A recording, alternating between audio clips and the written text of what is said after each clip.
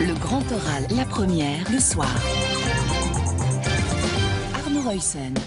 Bonjour à tous, bienvenue dans ce grand oral. Le grand oral cette semaine de Karl Van Loo, sénateur NVA, l'un des chefs de file aussi de la NVA à Bruxelles, mais aussi du côté du Sénat, président de la commission Affaires étrangères et défense. Bonjour Karl Van Loo. Bonjour. Alors face à vous, c'est le principe chaque semaine dans ce grand oral. Il y a 3 journalistes. Cette semaine, Béatrice Delvaux, éditorialiste en chef pour le journal Le Soir. Bonjour. Et Joanne Montet, chef du service politique ici à la RTBF. Bonjour Joanne. Voilà, les présentations sont faites, donc Karl Van Loo, et chaque semaine on commence aussi par un petit résumé de la semaine. Avant cela, j'avais envie de vous demander de vous présenter peut-être aux auditeurs qui ne vous connaissent pas. Vous êtes donc sénateur NVA, vous venez de Bruxelles, vous avez d'ailleurs longtemps dirigé la NVA de Bruxelles. Peut-être question sémantique tout d'abord, vous vous présentez comme un bruxellois flamand ou un flamand de Bruxelles ? Je suis un bruxellois flamand. Donc, j'habite ici à Bruxelles depuis 2001. Je suis né à la Côte, à Nieuwpoort. Je travaille à Bruxelles. Je suis avocat au barreau de Bruxelles. J'ai un bureau d'avocat avec plusieurs d'autres avocats. Et avant, j'ai habité de 2001 jusqu'à 2006 à Berchem-Sint-Agathe. Et depuis 2006, j'habite à Ganshoren. Et donc, je me sens un vrai Bruxellois et je suis content d'habiter dans cette ville. Il y a bien sûr des petits problèmes ou des grands problèmes de temps en temps, mais je me sens aussi flamand et je veux surtout un respect pour le néerlandais, pour les flamands à Bruxelles, parce que je pense que la communauté flamande est aussi très importante pour le développement de Bruxelles. Et oui, ça, ce sont des choses qui sont importantes pour moi. Et c'était la raison de votre engagement à la NVA. C'est le seul parti politique dans lequel vous vous êtes engagé, la NVA ? Oui, avant j'étais membre de la Volksunie. Vous connaissez encore la Volksunie. Même la Volksunie était, je pense, dans les années 90 au gouvernement bruxellois, au gouvernement flamand aussi. Et donc, depuis 2001, je suis membre de la NVA. Parce que ça c'est clair, je suis nationaliste flamand, j'ai des idées, je veux le changement aussi pour la Flandre, pour ce pays. Je pense que c'est vraiment nécessaire de bouger des choses, avec des petits pas, mais c'est vraiment nécessaire qu'on a des structures qui sont adaptées pour la Belgique, pour la Flandre et aussi pour la capitale, pour Bruxelles. Et justement, on va beaucoup parler de Bruxelles avec vous aujourd'hui. Je propose d'en venir à notre petit résumé de l'actualité de cette semaine. Une semaine où on a beaucoup parlé justement de Bruxelles. Avec le départ, il avait souvent été annoncé, cette fois-ci il est bien réel, de Charles Piquet en tant que ministre-président bruxellois. Vous comprendrez que ce n'est pas sans émotion, mais je me contrôle, vous avez vu ça. Un départ entouré par ses amis politiques, membres de son parti. Un de mes plus fidèles compagnons et on a toujours pu compter sur lui. Hommage aussi du partenaire écolo au gouvernement bruxellois. C'est un bel homme. Les réunions se font dans un climat qui est décontracté, où il utilise souvent l'humour. Le FDF dans l'opposition y allait aussi, d'ailleurs, de son petit compliment. Je suis un peu plus critique sur la fin de parcours, mais il faut retenir le moment où on a réussi l'impossible et Charles Piquet était incontestablement à la barre. Et même la CDNV, Brigitte Groels, qui a parfois eu des rapports orageux avec Charles Piquet, reconnaissait les qualités du personnage. Mes réactions étaient aussi des réactions de flamands de Bruxelles. On voulait avoir le respect absolu, mais finalement, on a toujours discuté, parfois très longtemps, et on a toujours abouti à une solution. Le successeur, quant à lui, Rudy Vervoort, donc, a prêté serment, c'était mardi. Je proclame au nom du Parlement de la région de Bruxelles-Capitale, M. Rudy Vervoort élu en qualité de ministre-président du gouvernement. Avec une question, sera-t-il plus qu'un ministre-président de transition ? Écoutez, ce sera aux Bruxellois d'en décider, mais mon intention, évidemment, c'est de le rester un temps certain. En tout cas, son prédécesseur lui envoie d'ores et déjà un message. Bruxelles peut jouer un rôle décisif dans l'apaisement des tensions communautaires. Mais pour ça, il faut que Bruxelles existe, qu'elle affirme son identité. Il a fallu trouver notre place dans le paysage belge. Accepter aussi avec abnégation d'être parfois la cible de ceux qui, sans nous connaître vraiment, s'employaient à nous stigmatiser pour des raisons de stratégie institutionnelle. Ah, s'il n'y avait pas Bruxelles, comme tout pourrait être simple. Pour ceux qui rêvent d'une fracture et d'une révolution institutionnelle rapidement aboutie et sur base de 2 grandes communautés et régions. Voilà, Karl Van Loo, petit résumé. Vous vous sentiez visé, vous, la NVA, de manière plus générale, par cette dernière phrase de Charles Piquet? Je dirais que c'est vous, hein. Ben, c'est clair qu'on essaye de diaboliser un peu notre parti. Dans les autres partis aussi, dans la presse de temps en temps. Mais je veux dire encore des choses. On a entendu des autres hommes et femmes politiques de parler de Charles Piquet. Vous savez très bien que M. Piquet était ministre-président pendant presque 20 ans. C'était 19 ans. Il était aussi ministre fédéral pour une période de 4 ans, je pense. Et donc, si on voit les critiques, si on voit aussi les chiffres de Bruxelles, et d'abord, je peux vous dire, je suis fier de mon Montvillet, très fier. Mais il y a quand même une évolution qui est surtout négative ici à Bruxelles. Et donc, je cite un peu quelqu'un qui a travaillé pendant plusieurs années avec M. Piquet, c'est le ministre Pascal Smet, un ancien ministre dans le gouvernement de Charles Piquet, aussi un socialiste, qui est maintenant donc ministre dans le gouvernement flamand. Et qu'est-ce que M. Smet a dit? Il a travaillé pendant 5 ans dans le même gouvernement bruxellois. Il a dit, oui, Bruxelles a changé, mais c'est surtout durant les premières années de Charles Piquet, donc les années 90. Les dernières années, M. Piquet est devenu le gérant d'une boutique, la boutique Bruxelles. Et donc, Monsieur Smet dit, il manque aussi de vision. Il reproche à Monsieur Piquet d'avoir surtout une vision communale. Donc, Monsieur Piquet, il est aussi, il est le bourgmestre de Saint-Gilles.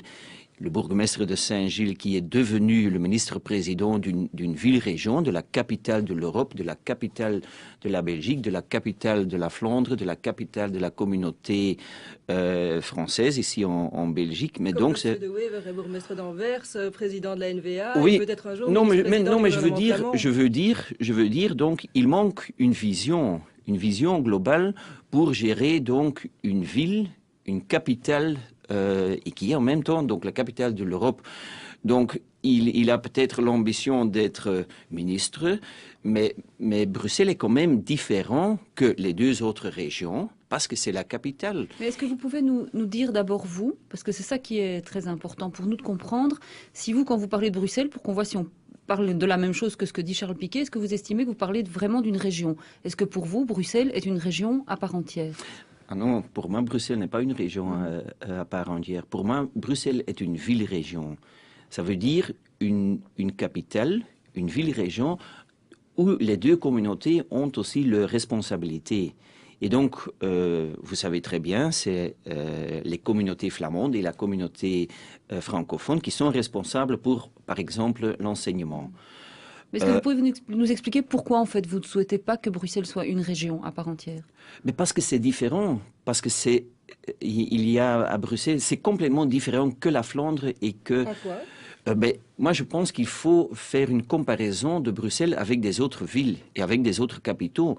Il faut faire une comparaison de Bruxelles avec Londres, avec Paris, avec Vienne, avec Prague, avec des autres... Vous niez complètement qu'il y a une institution qui existe. Or, vous êtes avocat, vous connaissez la Constitution. Oui. La région bruxelloise est un fait institutionnel. Oui, la ville-région est un fait. Et très important aussi. Il n'est pas écrit ville-région dans la Constitution, il est écrit la région de Bruxelles-Capitale. Non, ça c'est vrai. Mais c'est décrit aussi dans la Constitution qu'on a ici des communautés qui ont leur responsabilité, qui doivent faire leur boulot ici à Bruxelles. Et j'ai l'impression qu'on essaye de gérer cette ville-région, cette capitale, un peu comme les 2 autres, mais j'ai l'impression que Bruxelles est différent.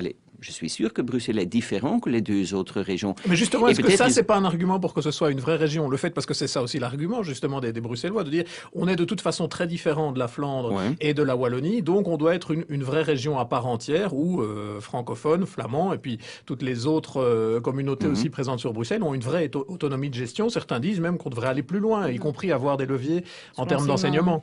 Et on aura plus de compétences aussi avec la réforme de l'État d'ailleurs. Oui, mais je pense que le fait que les deux communautés ont des compétences sur, par exemple, l'enseignement, ça a donné une dynamique à l'enseignement néerlandophone à Bruxelles. Dans les années 70-80, quand il y avait encore un enseignement fédéral, l'enseignement néerlandophone n'était que 5 ou peut-être 10%. Et maintenant, tu vois, à cause de tout ça, à cause du fait que l'enseignement est devenu une compétence du gouvernement flamand, ça a donné une dynamique. Et maintenant, l'enseignement néerlandophone à Bruxelles donne des cours, l'enseignement pour à peu près 20 jusqu'à 25%. Mais vous ne rêvez pas d'un vrai enseignement, par exemple, bilingue, de se dire, si la région l'assumait, on pourrait avoir, dans toutes les écoles, des vraies écoles bilingues, français ou même trilingues, français, néerlandais, anglais. Oui, mais ça c'est la discussion concernant l'enseignement d'immersion.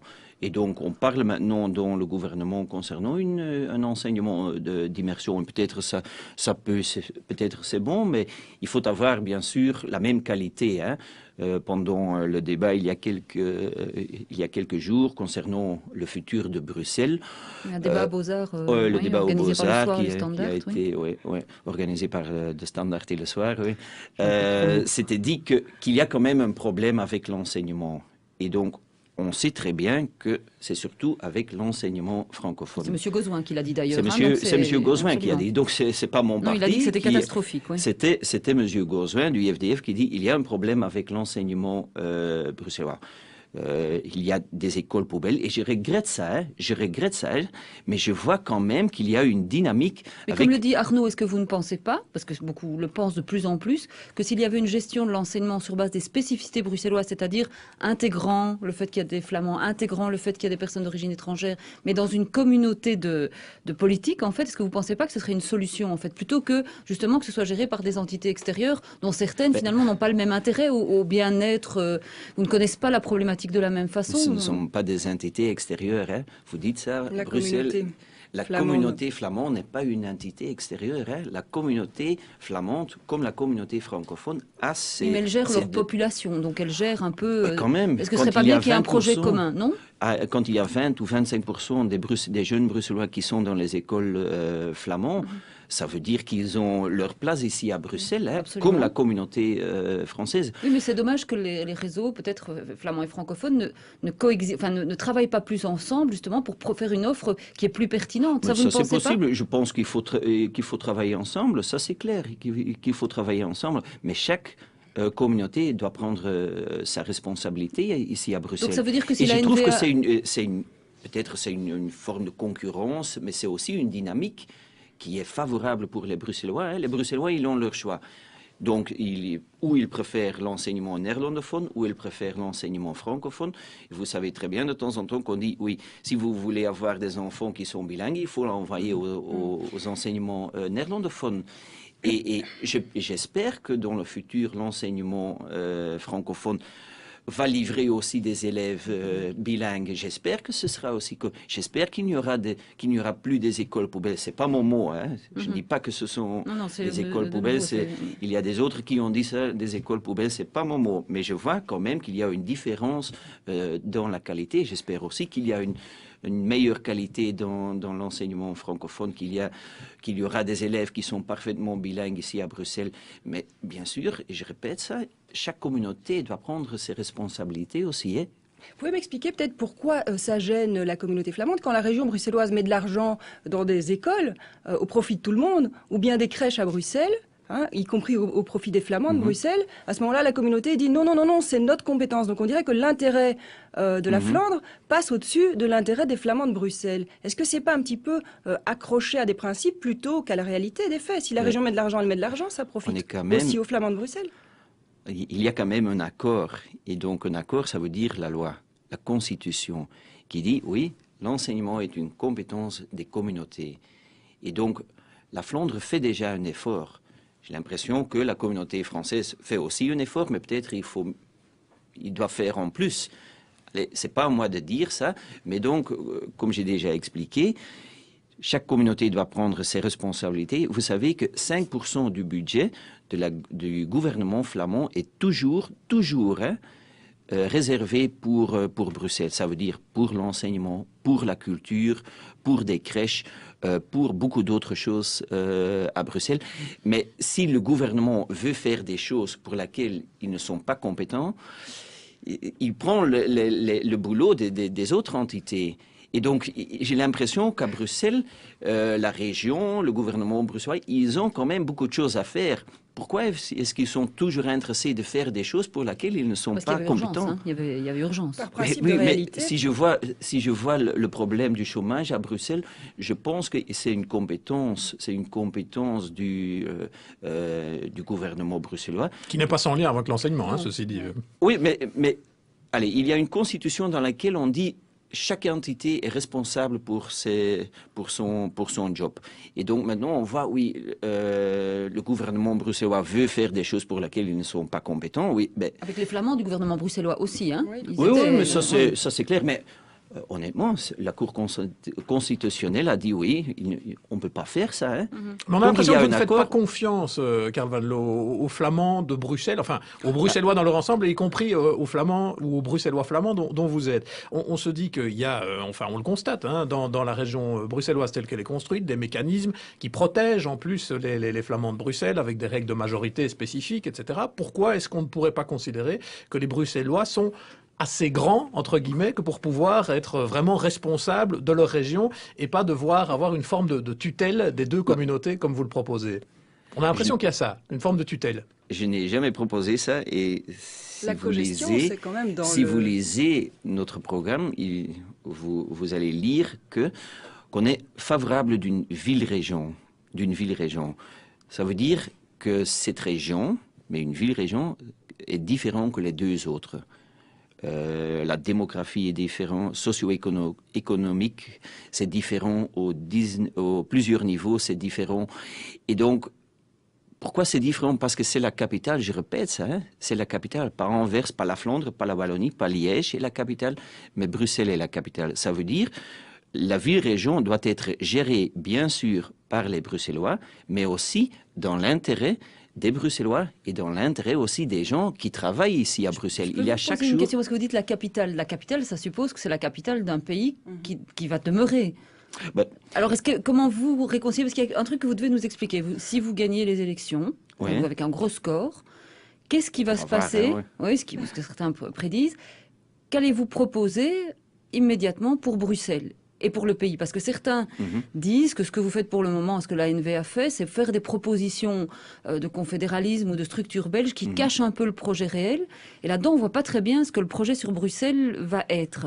Est-ce qu'il est vous allez essayer de le résoudre parce que on dit souvent que Bruxelles empêche le pays de se séparer. Donc, est-ce que vous allez trouver une solution intermédiaire en attendant que ça puisse se faire? Je ne comprends pas bien parce que si vous dites capitale, c'est la capitale d'un pays qui reste.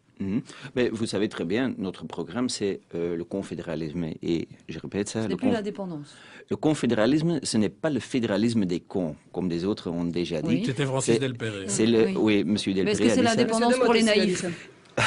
Et donc, ça veut dire qu'on a la Flandre et la Wallonie, qui sont des régions qui deviennent des régions très fortes, avec beaucoup de compétences, et avec une structure très spécifique pour Bruxelles, qui sera bien sûr gérée par les Bruxellois, mais qui sera gérée aussi dans l'intérêt des gens qui travaillent ici, dans l'intérêt des expats, des Bruxellois, les gens qui passent presque tous les jours ici à Bruxelles, qui travaillent ici, les entreprises qui sont installées ici, les autres communautés qui sont ici. Donc, pour nous, le confédéralisme, ça veut dire un fédéralisme avec deux grandes entités et avec une entité très spécifique pour Bruxelles. Bien sûr, on a aussi la communauté germanophone, mais Bruxelles est quand même plus important. On dit toujours, pourquoi est-ce qu'on veut toujours créer une région à part entière? Parce que Bruxelles est devenu plus important.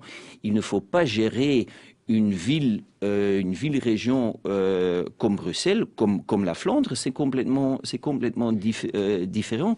Et donc, on n'est pas seulement, je répète ça aussi, il faut montrer l'ambition avec Bruxelles. Pourquoi est-ce qu'on veut rester seulement une région comme les deux autres? Peut-être il faut avoir une vision qu'on est la capitale de l'Europe aussi. Hein. pourquoi pas intégrer la communauté internationale qui vit ici? On a beaucoup des nouveaux arrivants ici à Bruxelles. Pourquoi on n'essaye pas d'intégrer donc l'aspect qu'on est une ville internationale? Pourquoi est-ce qu'on n'a pas vraiment une vision concernant le fait qu'on est la capitale? C'est ça que je veux dire. Donc, à Bruxelles, on a les 19 communes. Et moi, j'ai l'impression que les 19 communes sont pas vraiment favorables pour créer vraiment une identité d'une ville-région. Vous voulez fusionner alors ces communes? Mais fusionner, il y a plusieurs possibilités. On peut fusionner les communes, on peut créer des districts, on peut garder les communes, mais peut-être le pouvoir réel doit être au niveau de la ville-région. Maintenant, on a l'impression qu'on a tout le temps des blocages par les communes parce qu'il y a une autre majorité qu'au niveau... Il y a aussi des règles régionales qui empêchent en cas de blocage ces communes de pouvoir donner le dernier mot. Ils ont modifié un certain nombre de choses pour que la région puisse avoir le dernier mot, notamment en matière d'urbanisme. Donc ce n'est plus vrai aujourd'hui qu'une commune peut bloquer tout. Oui, mais je peux vous dire, il y aura encore beaucoup de blocages dans le futur, même avec les petites réformes qu'on a proposées il y a quelques semaines. Vous savez, une ville comme Paris, à Paris, on a un grand arrondissement de Paris avec des petits arrondissements où on a même un conseil, des conseillers, où on a un bourgmestre, mais le vrai pouvoir est au niveau du grand arrondissement. C'est votre modèle, ça? C'est un modèle. On a aussi un modèle comme Anvers avec des districts. Donc, à Anvers, il y a à peu près un demi-million d'habitants et on a là, je pense, 9 districts avec des bourgmestres. Donc, on a la proximité aussi parce qu'il y a des élections locales.